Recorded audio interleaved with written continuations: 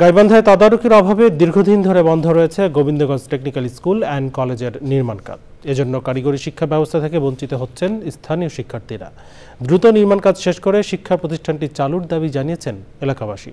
গাইবান্ধার প্রতিনিধি ফারুক হোসেনের তথ্য, ভিডিওচিত্রে আল মুকসিদের রিপোর্ট।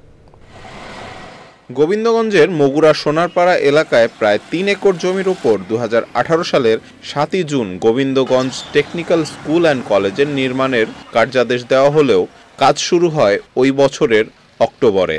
৫ তলা একাডেমিক ভবন ও ৪ তলা প্রশাসনিক ভবন নির্মাণের প্রায় ১৫ কোটি টাকা ব্যয় নির্ধারণ করা হয়। ২০২০ সালের জানুয়ারিতে নির্মাণ কাজ শেষ হওয়ার কথা থাকলেও মাত্র ২০% কাজ করে চলে যায় ঠিকাদার প্রতিষ্ঠান। বাড়ির সাথে একটা কলেজ স্কুল হলে তো অনেক সুযোগ সুবিধা আমাদের হয়। দীর্ঘ ৮ বছর ধরে দেখতেছি আমাদের স্কুলটা কর্তৃপক্ষ অর্ধেক নির্মাণ করে চলে গিয়েছে।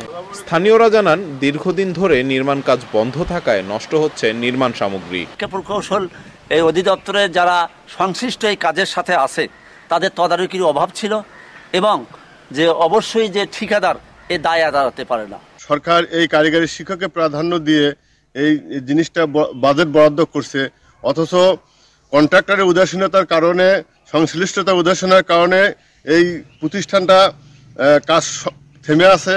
শিক্ষা প্রকৌশল অধিদপ্তরের নির্বাহী প্রকৌশলী জানান, কাজ শেষ না করায় ঠিকাদার প্রতিষ্ঠানের কার্যাদেশ বাতিল করা হয়েছে। নতুন করে আমরা এস্টিমেট করেছি, যেগুলো অসংখ্য কাজগুলো আছে আর যেটা কাজ শেষ করেছি সেগুলো এস্টিমেট করা হয়েছে, সেগুলো আমরা আমাদের ঢাকা অফিসে পাঠিয়েছি। সেখান থেকে একটা কনফার্মেশন হওয়ার পরে আমরা আবার পরীক্ষা নেব। নির্মাণ কাজ দ্রুত শেষ করে শিক্ষা কার্যক্রম চালুর দাবি জানাচ্ছেন এলাকাবাসী। আল মুকসিদ, চ্যানেল আই।